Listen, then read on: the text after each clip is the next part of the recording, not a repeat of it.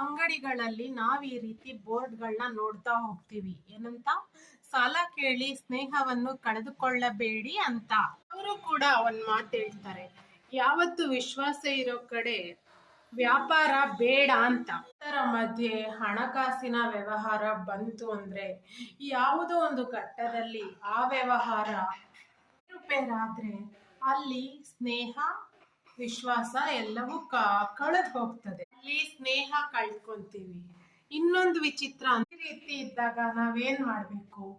ಇನ್ನೊಂದು ವಿಚಿತ್ರ ಏನಂದ್ರೆ, ನಮ್ಗೆ ಕಷ್ಟ ಅಂತ ಬಂದಾಗ ನಾವು ಕೇಳ್ಬೇಕಾಗಿರೋದು ಸ್ನೇಹಿತರನ್ ಮಾತ್ರ. ಏನಂತೀರಾ? ಸ್ನೇಹಿತರೇ ನಮ್ಮ ಕಷ್ಟ ಕಾರ್ಪಣ್ಯಗಳಿಗೆ ಮಿಡಿಯೋದು, ಸಣ್ಣ ಪುಟ್ಟ ಕಷ್ಟಕ್ಕೆ ಮಿಡಿಯೋದು. ಆದ್ದರಿಂದ ನಾವು ಒಂದ್ ಮಾತನ್ನ ನೆನ್ಪಿಟ್ಕೊಳ್ಳೇಬೇಕು. ಯಾವತ್ತು ನಮ್ಗೆ ಎಷ್ಟು ನಿಯಂತ್ರಣದಲ್ಲಿ ಇರೋಷ್ಟು ಅಂದ್ರೆ ಎಷ್ಟು ತಡ್ಕೊಳ್ಳೋಷ್ಟು ಹಣ ಕೊಡಕ್ಕೆ ಸಾಧ್ಯನೋ ಅಷ್ಟನ್ ಮಾತ್ರ ನಾವು ಕೊಡ್ಬೇಕು. ಅವರು ತೊಂದರೆಗೀಡಾದ್ರು ಹಣ ಕೊಡುವಲ್ಲಿ ವಿಳಂಬ ಮಾಡಿದ್ರು, ಅವ್ರೇನಾದ್ರೂ ಹಣ ಕೊಡಕ್ಕೆ ತಪ್ಪಿದ್ರು ನಮ್ಗೆ ಆ ಹಿಡಿತ ಇರ್ಬೇಕು, ನಮ್ಮಲ್ಲಿ ಆ ಫೈನಾನ್ಷಿಯಲ್ ಪೊಸಿಷನ್ ಇರ್ಬೇಕು.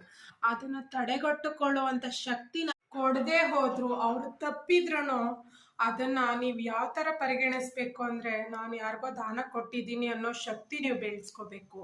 ಹಾಗಿದ್ರೆ ಮಾತ್ರ ನೀವು ಹಣನ ಕೊಡ್ತಾ ಹೋಗ್ಬೇಕು, ಕೊಟ್ಟಿ ಸಹಾಯ ಮಾಡ್ಬೇಕು. ಅದನ್ನ ಮರೆಯೋ ಶಕ್ತಿ ಇದ್ರೆ ನೀವು ಕೊಡ್ಬೇಕು. ಆದ್ರೆ ಒಂದು ವ್ಯಕ್ತಿನ ಕಳ್ಕೊತೀವಿ, ಇಲ್ಲವಾದ್ರೆ ನಮ್ಮ ಅಮೂಲ್ಯವಾದ ಪವಿತ್ರವಾದ ಸ್ನೇಹವನ್ನ ಕಳ್ಕೊಂತೀವಿ.